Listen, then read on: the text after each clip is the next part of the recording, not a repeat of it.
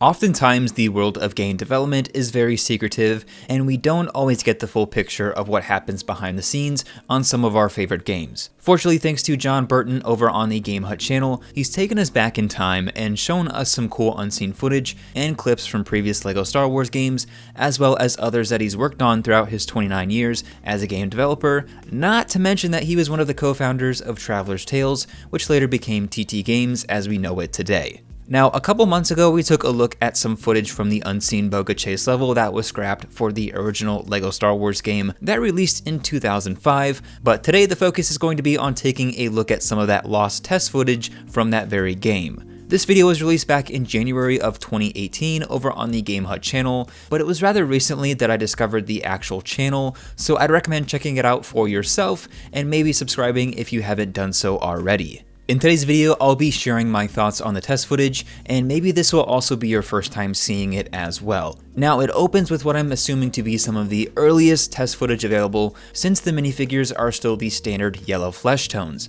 For those that don't know, this probably means that this footage is from 2003 to 2004 if I had to guess, considering flesh tones didn't exist in LEGO sets until roughly 2004, and the original LEGO Star Wars game was released in early spring of 2005. We also see that we started the level only as Obi-Wan and are outside of the meeting room as opposed to starting the level inside. Now, the swing animations and jumps appear to be roughly the same as the final product, which also made its way into the complete saga in 2007. Early footage of the Mos Eisley Cantina reveals that the original lobby wasn't Deck's designer, but was instead that of the original trilogy. At this point, the cantina appears very different from the complete saga without any NPCs or non-playable characters moving around, as well as containing a very dark greenish tinted atmosphere. Some of the vehicle tests are taken out of context here from their normal environment and honestly look really polished at this point. Personally, I've enjoyed the vehicles in LEGO games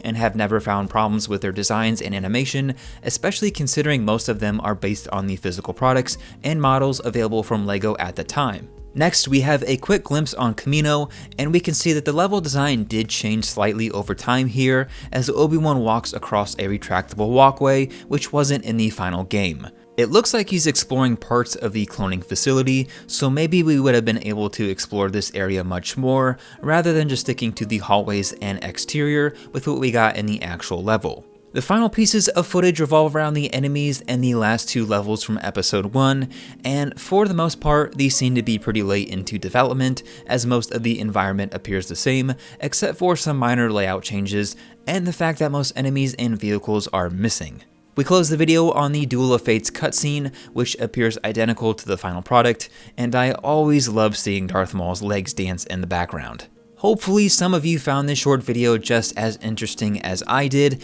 and I always enjoy learning about game development and seeing some footage of what goes on behind the scenes, especially with LEGO games. Like I mentioned previously, consider subscribing to Game Hut to see more exclusive footage like this, and if you enjoyed this video, please consider subscribing to my own channel to see more videos surrounding LEGO Star Wars and the upcoming Skywalker Saga game releasing next year. Also, if you'd like to see me react or respond to other videos in the future, please leave your comments or suggestions down below, and with that said, that's going to finish up today's video. Thanks for watching everyone, hope you're all staying safe, and I'll see you on the next one.